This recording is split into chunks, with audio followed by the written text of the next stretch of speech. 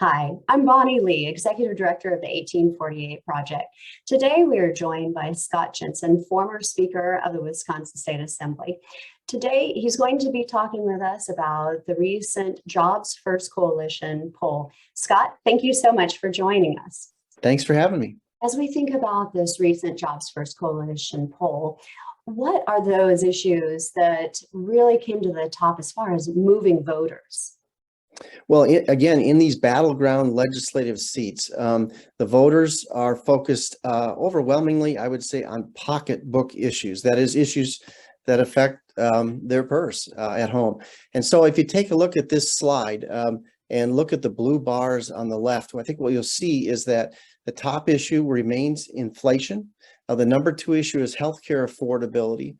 The number three issue is the economy and jobs. Well, those three issues together make up 40% of the electorate, and all of them affect your pocketbook.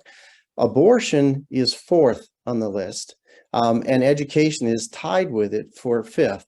But if you look at this, at the yellow boxes on the screen, you'll see that independent voters, the ones who are going to tip these seats one way or the other, for them, abortion is actually sixth as an issue. So the effort that Democrats have been making to try to make abortion one of the top issues has not been succeeding with independent voters. It is energizing. If you take a look at their voters in the third column, it is the top issue, tied for the top issue for Democrats, but they have not convinced independents or Republicans that that is one of the top issues for the election. For the rest of the electorate, both Republicans and independents, they're focused on pocketbook issues and education.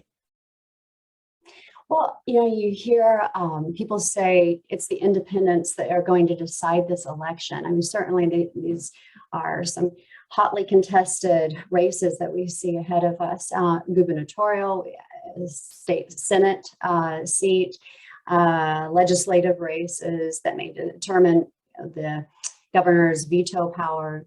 Well, do you have an idea of what margin we're looking at? Independents in the state of Wisconsin. Do we have an idea of how many we're looking at? Well, the number of people who say they're independents actually is almost a third of the voters in Wisconsin. This state is about a third Republican, a third Democrat, and a third independent. We have one of the largest independent sectors in the country.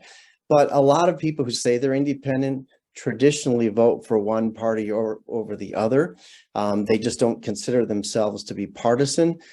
So when you take those folks out, you're talking about a group of voters that is significantly less than 10%. And the most recent Marquette poll, which just came out, showed that the races for governor and for United States Senate, there's like 3 or 4% of voters who are undecided in those races. In the legislative races, because the candidates are less well known, the number's more in the 10% range, but you're fighting over a small number of legislators. I think in this election, this is like a jersey election. Most voters have a jersey on. They're either Republicans or Democrats, and they know which team they're going to be voting for. There's just a small number of fans there who are trying to figure out who they're cheering for, the independents who are going to make the decision in these races. Very, very small number.